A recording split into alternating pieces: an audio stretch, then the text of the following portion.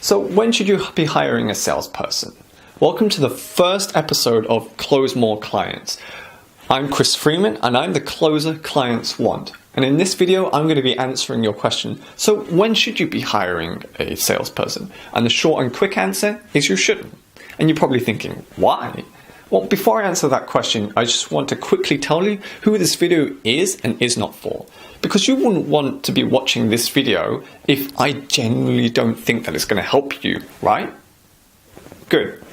This video is not for anyone selling a low ticket offer. It's only for those who are selling high ticket offers. Now, what do I mean by a high ticket offer? Well, it's simply a service or program that you offer that is expensive. And you're thinking, well, how expensive, Chris? Well, that depends on who you ask, but most people out there selling a high ticket service or program won't go any lower than $2,000 to $2,500. Whereas for me, I don't close any service or program for my established partners that is less than $4,000.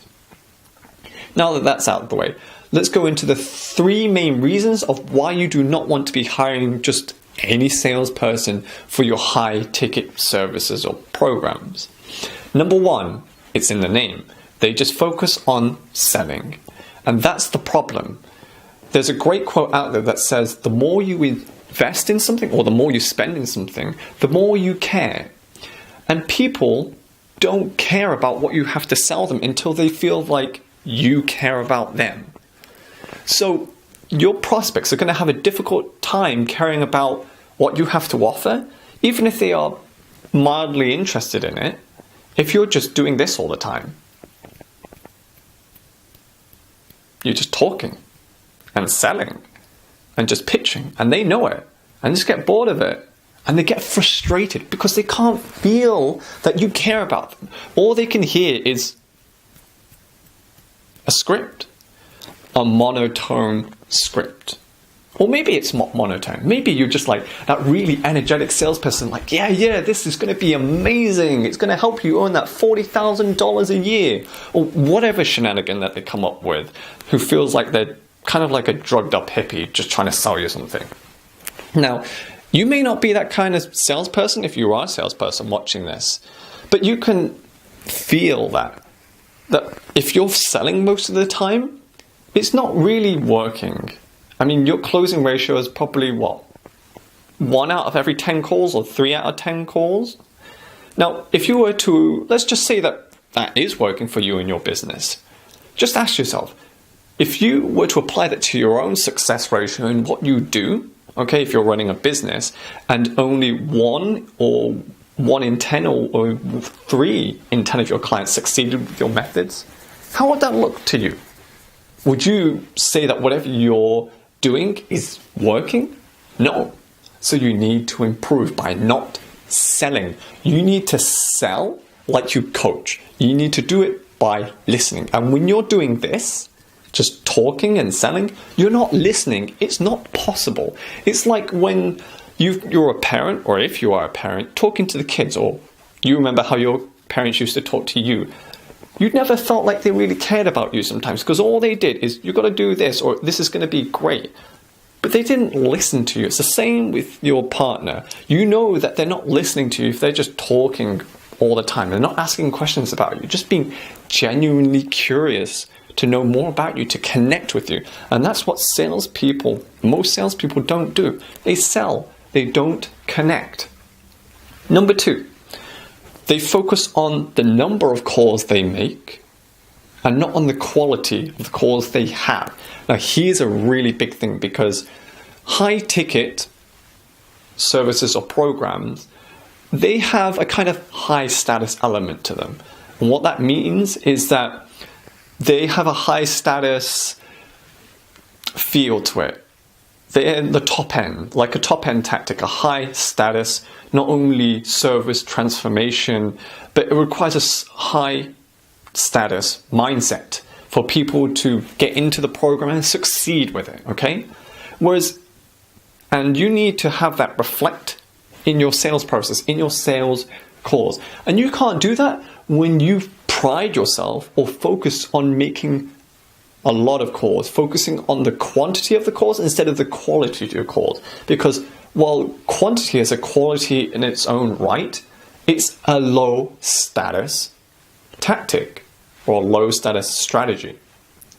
It's not going to work so well as if someone focuses on just making sure that the number of calls they have is quite low but higher quality.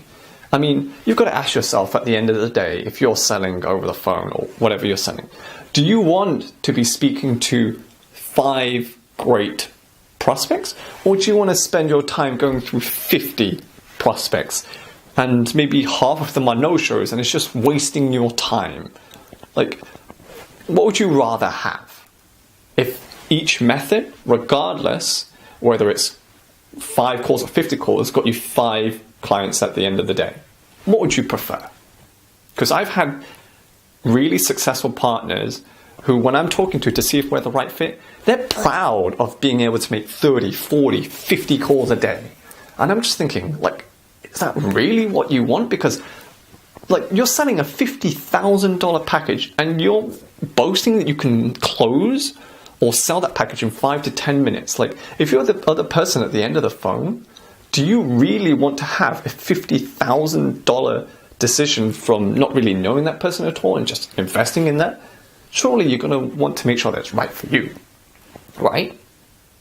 And now, this brings me to a quote that summarizes the whole point of focusing on the quality of the calls instead of the quantity of the calls. And I believe it's quoted by a great guy called Bill Gibson, who I found his quote actually on LinkedIn from his son. And the quote is, "Most people focus on using the relationship to get the deal. What they fail to realize is that the relationship is the deal." Now, tell me, if you've ever been in sales, do you feel that that's the case? And I'm not just talking about selling high ticket offers, but when you're selling an idea, okay, a cooperation, a partnership, a relationship, or whatever it is, something really meaningful, impactful, and really big to someone, the relationship is the deal, is it not? So why would you want to focus on the quality of the quantity of the calls? Why would you? That brings me to my third point, is they focus on cold calling. And again, that ties into the number of calls you make a day as opposed to quality. When you're cold calling, again, that's a low status strategy or technique. Like, you may be a great cold caller, but it's low status because you have to build up your status throughout the call to make them trust you. The less marketing you have, the harder it's going to make, because you're going to have to spend more time just proving yourself instead of spending more time qualifying to see if they're the right person. Like, let's just go through a dating example, okay? Let's say you're amazing at approaching girls or guys, if you're a woman watching this, and you can approach anyone, okay, and you can get, say, 5 people that you like, and you can just pick from them, okay? Would you prefer approaching all of those people, or would you prefer having them come towards you, okay? Would you rather have the people you like come towards you, or would you prefer to go out and chase them?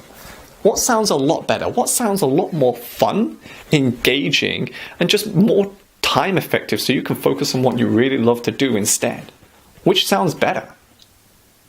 I know which I prefer. And those are the 3 main reasons of why you shouldn't hire just another salesperson. It's because they sell. They focus on selling, not connecting. They focus on making lots of calls instead of just making those calls really good. Through having their leads, their prospects properly qualified, because it makes things so much easier and it puts you in a much stronger position, and they can feel it. And it's not as robotic as well, because when you're having 50 calls, it's just, you can't stay genuine. You can't be not robotic and just be burnt out really fast if you're making 50 calls a day. I mean, really, 50 calls? Like, I used to do that kind of tactic where I did even 10 calls or 20 calls, and I was absolutely exhausted. Granted, I can still be exhausted after making 8 calls in one day, but completely different, okay? Because when you've got 50 calls, I mean, most of them are no-shows or they don't work, it's kind of depressing. Whereas if you have 8 good calls or even 5 good calls, you're exhausted for another reason because you felt like you really made an impact. And each conversation, when you focus on the quality of the calls, is just so much different, okay? Your calls should never be the same as the ones they were before.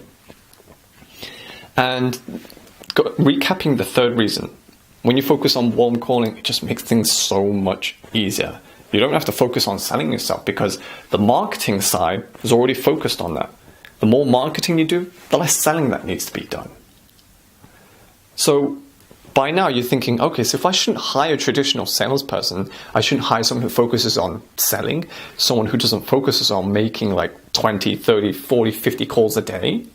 And I shouldn't focus on hiring someone who focuses on cold calling because each one of them are just low status techniques for a high ticket or high status service or product I'm offering. Then who should I hire?